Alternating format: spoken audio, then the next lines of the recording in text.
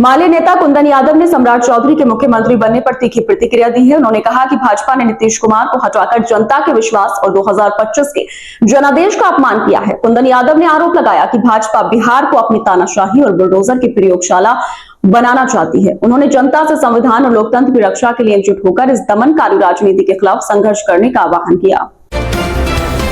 सहरसा के सुलिंदाबाद में GD Goenka public school का उद्घाटन सांसद दिनेश चंद्र यादव और एमएलसी डॉक्टर अजय कुमार सिंह ने किया। सांसद ने कहा कि रेल सड़क की तरह अब सहरसा शिक्षा में भी अग्रणीय बनेगा। चेयरमैन डॉक्टर विजय शंकर ने आधुनिक शिक्षा और रोबोटिक्स पर जोर दिया। वहीं एमएलसी ने छात्रों के नैतिक विकास के लिए शिक्षकों को रामकृष्ण परमहंस बनने की सलाह दी।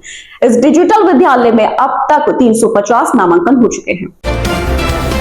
सहरसा के पीजी सेंटर के पूर्व विभाग अध्यक्ष और प्रख्यात इतिहासकार डॉक्टर उपेंद्र नारायण सिंह का 82 वर्ष की आयु में निधन हो गया। बुधवार को तबीयत बिगड़ने के बाद इलाज के दौरान उन्होंने अंतिम सांस ली।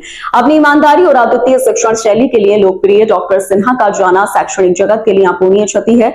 स्थानीय प्रबुद्ध नागरिकों और विश्वविद्यालय परिवार ने उन्हें भावभीनी श्रद्धांजलि अर्पित करते हुए इसे युग का अंत बताया। अभी के लिए इतना ही। सहरसा की तमाम खबरों के साथ बने रहने के लिए देखते रहिए सहरसा नाउ। और अगर आप यूट्यूब के माध्यम से देख रहे हैं तो चैनल को सब्सक्राइब करना और फेसबुक के माध्यम से देख रहे हैं तो फॉलो करना ना भूलें। धन्यवाद।